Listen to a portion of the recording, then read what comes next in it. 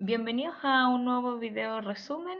Esta semana vamos a intentar introducir algunos conceptos básicos de estadística y vamos a aprender en lo general a crear tablas de frecuencia, pero los vamos a hacer como tablas de frecuencias para datos no agrupados. eh, y más adelante, si el tiempo nos alcanza, avanzaremos a los datos agrupados en intervalos. Primero, considerar que nosotros estamos trabajando en la unidad de datos y azar, pero que nos vamos a dedicar ahora solo al concepto de estadística. Y en este concepto de estadística estamos trabajando un objetivo de aprendizaje que tiene que ver con representar los datos obtenidos en una muestra mediante tablas de frecuencia absoluta relativa y utilizando los gráficos apropiados. Esto puede ser de manera manual o con software educativo. Hoy día vamos a explicar más o menos de forma manual y en los siguientes videos vamos a intentar introducir algunos usos de software como son en el mismo el PowerPoint, insertar gráficos o en el Word o usando el Excel, que es la mejor herramienta para estudiar estadísticas de las que tenemos a mano en nuestros computadores, siendo que también hay algunos programas especializados que nos sirven mucho para trabajar, como son, por ejemplo, el Infostat. Ya, dentro de esto vamos a relacionar y contrastar la información entre distintos niveles de representación. Eso hay que tenerlo claro. Existen representaciones que pueden ser gráficas, que pueden ser de diferentes formas, y uno tiene que aprender a analizar la información. También a ser crítico y coherente con la información que tenemos y poder analizar qué tan bien está, porque puede ser que nos estén entregando alguna información que tenga alguna manipulación y nosotros tenemos que ser capaces de darnos cuenta de eso. Vamos a reconocer las medidas de tendencia central, vamos a aprender a calcularlas, vamos a ver sus características, también identificar los tipos de variables cualitativas y cuantitativas, vamos a construir tablas de frecuencias con ciertas características especiales, interpretar las tablas de frecuencia, extraer información, construir gráficos de barras circulares o diferentes gráficos que nos puedan servir para poder trabajar, y relacionar las frecuencias relativas, que es lo más cercano que vamos a llegar a los conceptos de probabilidad. En este caso, una probabilidad de tipo experimental. Ya, nos vamos a saltar el juego por un tema práctico. Para todos los que han estado en la sesión en clase se dieron cuenta que teníamos un memorice y este memorice tiene la finalidad de que uno pueda ir analizando algunos datos de los gráficos. Ya, vamos a recordar algunas cosas trabajadas en los años anteriores, que son algunos gráficos que hemos visto, que por ejemplo en este caso tenemos este diagrama de puntos, que representa el puntaje obtenido en una prueba, en una competencia en el colegio. Ya. Si no recordamos los diagramas de punto o no los vimos en algún momento, la verdad es que nosotros trabajamos estadísticas desde los niveles más pequeños. Sí, desde pre-kinder, kinder, primero básico, estábamos trabajando este tipo de conceptos. Por lo tanto, cada vez que pasábamos la lista y apretábamos el perrito en nuestra lista y iba quedando la columna de los niños que estaban asistiendo a clase, ya sean niños o niñas, o las distribuciones que habían para diferentes actividades, estábamos haciendo matemática y en ese caso estábamos viendo estadística. Lo que pasa es que ahora formalizamos mucho más esas expresiones. Ya, en el diagrama de puntos, cada puntito representa a una persona, a un individuo, que en este caso es lo que nosotros vamos a ir llamando la frecuencia, la cantidad de personas que va repitiendo. Entonces, para hacer el análisis y poder responder las preguntas, uno tiene que pensar, ¿cuántas personas tienen 10 puntos? 2. ¿Cuántas personas tienen 20 puntos? 1. Entonces, lo primero que hacemos es hacer ese análisis. 10 puntos, 2 personas. Y para saber cuánto es el puntaje total, lo vamos a ir multiplicando. 10 por 2, 20. Y hacemos lo mismo con cada uno de ellos. Y una vez que terminamos, sumamos todos los valores. Y al sumar los valores me da que el séptimo A obtuvo 640 puntos. Ahora, si yo analizo de nuevo y ahora me voy al séptimo B y veo qué valores tengo, vamos a obtener que 10 puntos lo tuvieron 3 personas, entonces multiplico 10 por 3, me da 30 y así sucesivamente. Pero si observan en el 30 no hay personas, por lo tanto ahí no debería ir nada, no lo consideramos en nuestros cálculos. En el 50 pasa lo mismo, hacemos los cálculos pertinentes con las frecuencias que vamos teniendo de cada uno y después sumamos todos los valores, y al sumar los valores nos da que el séptimo B obtuvo 610. Por lo tanto, el curso que obtuvo mayor puntaje, y para eso nos sirve este tipo de trabajo, tenemos a el séptimo A. Ahora, en el siguiente gráfico se muestra la cantidad de personas que se hospedaron en un hotel en determinados meses. Y tenemos que decidir si son las afirmaciones verdaderas o falsas. Pero cuando nosotros vamos a decidir si estas afirmaciones son verdaderas y falsas, tenemos que analizarlo y justificarlo de acuerdo a la información del gráfico. Este gráfico es extraído de uno de los textos escolares. Si bien explica claramente las frecuencias que están, este gráfico presenta errores. Y eso es también parte de aprender estadística, aprender a reconocer las características de los gráficos y reconocer cuando estos presentan algún tipo de error. Porque eso nos va a permitir tener muchos más argumentos o tener una mirada más crítica frente a la información que recibimos, por ejemplo, en los medios de comunicación o en los resultados de encuestas que se van dando comúnmente durante el año con diferentes temas. Ya. ¿Por qué este gráfico tiene un error? Porque si bien marca claramente que en julio hay 120 personas, en agosto hay 100, en septiembre hay 130, un gráfico siempre tiene que ser a escala. ¿Qué significa eso? Que yo tengo que representar en mi variable dependiente, que en este caso son la cantidad de personas hospedadas, tengo que hacerlos todos con la misma escala. Y si acá usé de 10 en 10, tenía que haber hecho de 10 en 10 los primeros 100 también. Porque o si no, da la impresión que, por ejemplo, hubiera mucha diferencia entre julio y agosto, y la verdad es que la diferencia es solo 20. Entonces, para eso, un gráfico correcto hubiera sido de esta forma. Y si uno lo observa, si bien el otro me va a servir para recoger la información, acá es mucho más visible las diferencias entre la cantidad de hospedados. Este tipo de estrategias se utiliza de forma comunicacional en los medios de comunicación y sobre todo en las campañas políticas para que las personas se queden con alguna impresión, entregando datos reales pero manipulando las escalas de los gráficos. Por lo tanto, siempre tenemos que tener cuidado con la información que estamos recibiendo y ser críticos. Ya. ¿Hubo menos huéspedes en octubre que en julio? Reviso octubre y reviso julio y ahí veo cuántos huéspedes tuvieron cada uno. Para ello, lo que hacemos es irme a julio y veo cuánto es su frecuencia. Y su frecuencia, que está aquí anotada en el gráfico, es 120. Y en octubre también es 120, por lo tanto es falsa porque ambos tuvieron la misma cantidad de huéspedes. Después dice, el mes en que menos personas se hospedaron fue el mes de agosto. Y si observo visiblemente, el mes de agosto es el que tiene menor frecuencia. Que aunque acá correctamente no se ve tanta la diferencia, sí se nota que es el que tiene menor. Y que corresponde a una frecuencia de 10, que sea de 100. Marcamos y eso sería verdadera.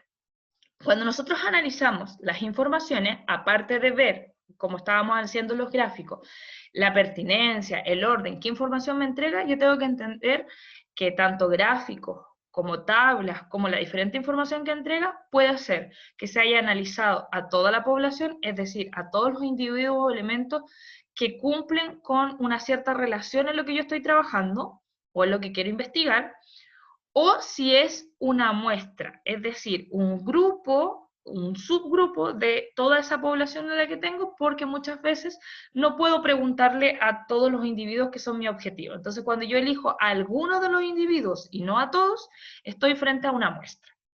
Las muestras pueden tener diferentes sistemas de muestreo que son como para estudio de los cursos superiores, pero básicamente lo que se hace son el muestreo simple aleatorio, que es elijo al azar la cantidad de personas que voy a necesitar, o uno que es un muestreo un poquito más representativo, pero que sigue siendo aleatorio. ¿A qué me refiero con representativo? Se buscan las características que necesito generales de la población y se replican esas características en la muestra.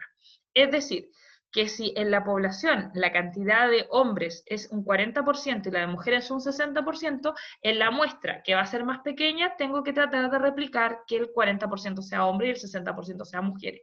Si hay alguna otra característica que sea importante, también tengo que considerarla dentro de mi muestra. De tal forma que los resultados que voy a obtener de ese estudio estadístico, de ese análisis de tablas y de gráficos que se pueden hacer, sea lo más representativo de la realidad.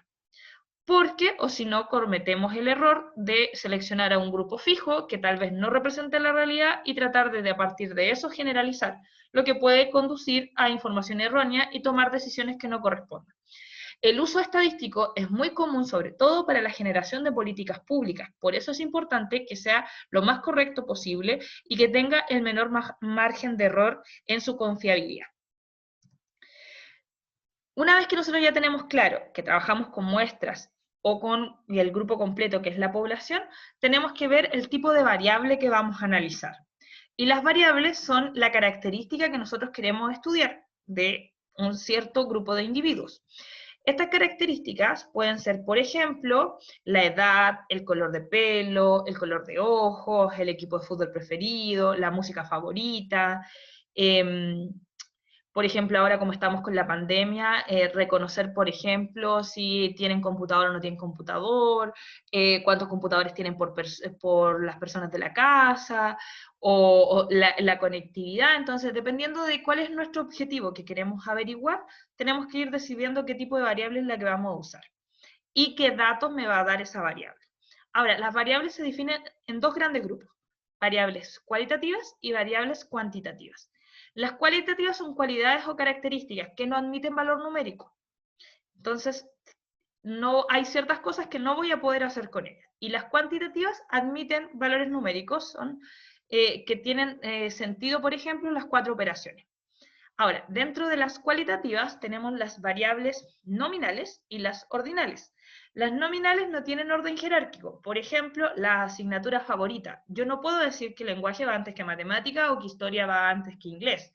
Entonces, en ese caso estoy en algo que no tiene orden jerárquico y que solo tiene un concepto. Por ejemplo, el color preferido, el equipo de fútbol, la comida favorita, etc. En ese tipo de variables, la única medida de tendencia central que voy a poder calcular es la moda, porque me va a indicar cuál es el dato con mayor frecuencia. Pero no puedo ordenarlas y no puedo calcular ningún otro tipo de dato.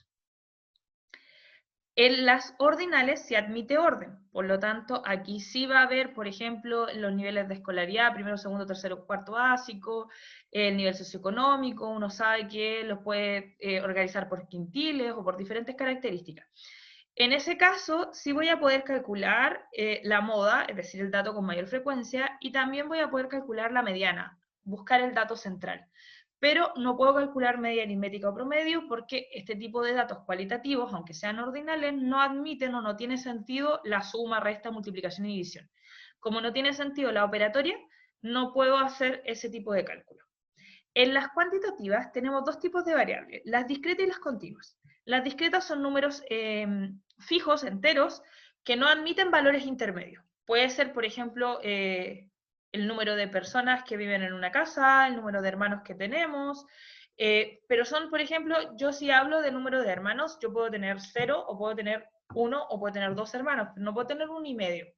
Esto también es importante cuando después se hace el análisis de los resultados que se entregan cuando veo este tipo de variables, porque en esos casos, si mi respuesta es 4,3, yo tengo que decir que la respuesta está entre 4 y 3, que sea entre 4 y 5, o aproximar a la que sigue, porque no tiene sentido, por ejemplo, decir que tienen 4,3 hermanos, si es imposible que alguien tenga 4,3 hermanos, entonces todos tienen entre 4 a 5 hermanos.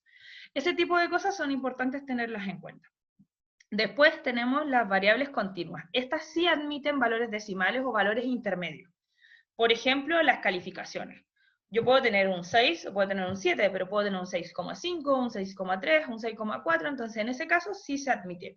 También la masa corporal, es decir, cuántos kilogramos es lo que tiene mi masa. La altura, 1,60 m y algo, 1,80 m, etc. Una vez que tengo listo eso, vamos a hacer nuestra primera actividad, pero vamos a dividir el video en varias partes de tal forma que sea lo mayor comprensible para ustedes. En esta primera parte vamos a completar algunos datos y vamos a ir retomando algunas cosas importantes en lo siguiente. Lo primero que vamos a ver es que vamos a analizar una población, es decir, a todos los individuos que cumplen una cierta característica. ¿Qué característica es la que vamos a analizar? Una nota puntual en una evaluación de estadística del año 2019. Entonces, en este dato vamos a trabajar con una variable que es continua, porque la calificación admite valores intermedios, por lo tanto tiene sentido que en alguna de los cálculos me salga algún decimal. Pero lo vamos a analizar con valores discretos en la tabla por un tema práctico para hacer nuestro primer acercamiento a la construcción de tablas. Lo primero que hay que hacer, y que es una parte muy importante de nuestra actividad, es contar. Si me equivoco en contar, está todo lo demás malo. Por eso es muy importante ser ordenado y utilizar diferentes estrategias. Si lo hacemos de forma manual, que es lo que estamos mostrando en esta primera actividad, debo utilizar o debo ser ordenado para no equivocarme. Por ejemplo, yo voy a usar colores y voy a marcar con el mismo color todos los datos que cumplen cierta característica. En este caso voy a marcar con amarillo todos los datos 1 y después los voy a contar. Y al contarlos me dice que aparecen 12 datos 1. Cuando utilicemos algún software, como por ejemplo la herramienta del Excel, yo puedo ingresar una fórmula que me diga contar sí, y digo que cuente en ese rango los números 1 y los va a hacer automático. Pero como nosotros lo hacemos de forma manual, tenemos que ser muy ordenados para evitar que nos falte algo. Cuento todos los números 2, me da 24, cuento todos los números 3, también me da 24, cuento todos los números 4, me da 18, los números 5, tengo 18 números 5, los números 6 tengo 21 y por último los números 7 tengo 23. Si lo hago de forma ordenada, no voy a tener ningún problema para los siguientes pasos de mi ejercicio. Pero como lo hice con colores y lo fui marcando, puede ser que me haya faltado contar algún dato. Pero es súper simple. Como lo usé con colores, veo qué dato me quedó en blanco y lo agrego al que corresponde. De esa forma me aseguro de no tener alguna complicación.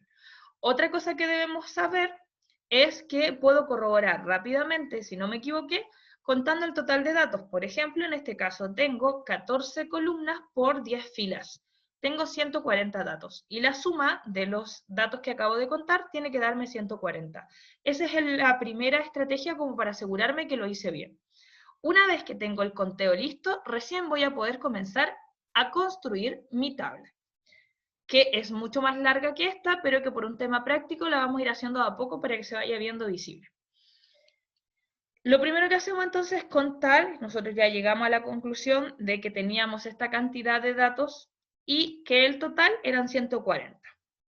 Después tenemos las frecuencias acumuladas. La frecuencia acumulada quiere decir cuántos datos tengo hasta cierta parte. Existe la frecuencia acumulada ascendente o descendente. Ahora, el tema de las flechas, eso no importa. Lo que importa es cómo uno lo entienda y qué sentido le va a dar, porque puede ser que en algún texto o algún profesor lo explique de forma inversa. Pero lo único que debo entender es que cuando voy a trabajar, por ejemplo, la frecuencia acumulada ascendente, que yo le puse la flecha hacia abajo y voy a explicar de inmediato por qué, tiene ciertas características para construirse. Y la descendente tiene ciertas características para construirse. Ya. ¿Cómo voy a construir yo la frecuencia acumulada ascendente? Quiere decir cuántos datos tengo de menor a mayor ordenados hasta cierto punto. Entonces, en este caso, ¿cuántos datos número 1 tengo? Es decir, ordenados. De menor a mayor, los 1. Y tengo lo mismo que dice mi frecuencia. Tengo 12 datos. Una vez que tengo listo esos 12 datos, tengo que mirar el siguiente y decir cuántos datos tengo ordenados hasta el 2, es decir, todos los 1 y todos los 2 ordenados en fila. Y lo que vamos a hacer aquí es sumar. Y sumamos 12 más 24 y me da 36. Y repito el proceso, 36 más 24 y me va a decir que ordenados hasta el 3 tengo 60 datos. 60 más 18...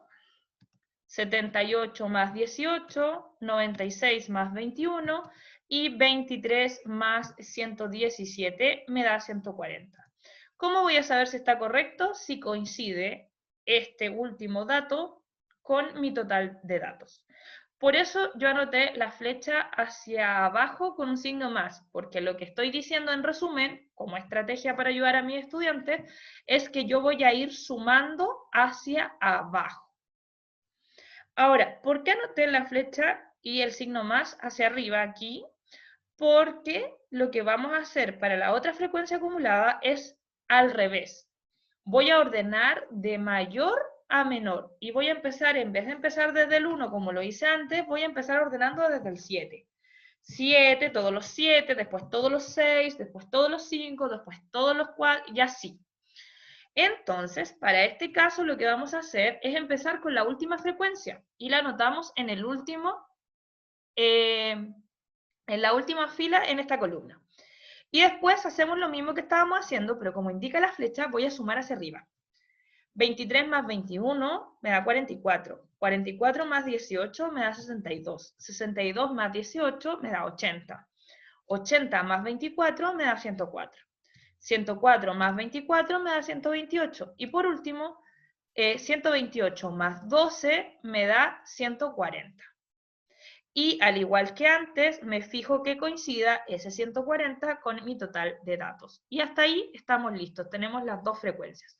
Entonces, una frecuencia se ordena los datos de menor a mayor, es decir, del 1 hasta el 7 de forma ordenada los 140 datos. Y en la otra frecuencia se ordenan los datos de mayor a menor, desde el 7 hasta el 1, y lo anoto aquí. Esto es lo que se registra. Y de aquí voy a extraer información posterior para mis medidas de tendencia central. Por último, vamos a completar la columna dato por frecuencia, que aquí dice XY por FI. Vamos a multiplicar mi dato, que en este caso es 1, por mi frecuencia, que es 12. Y voy a ir anotando los resultados. 1 por 12, 12. 2 por 24, 48. 3 por 24, 72. 4 por 18, 72. 5 por 18 me da 90, 6 por 21 me da 126, 7 por 23 me da 161. Y a esta columna, que va a ser muy importante para nuestros cálculos posteriores, la sumo. Y su suma la anoto en el total. Y ahí marco un asterisco, yo lo marqué con otro color para poder indicar, porque de aquí vamos a extraer nuestras medidas de tendencia central. Espero que con esto les haya quedado claro los conceptos más básicos que tienen que ver con estadística y la primera parte de la construcción de nuestra tabla de frecuencias, de tal forma de que ustedes puedan ir preguntando en caso de que tengan dudas.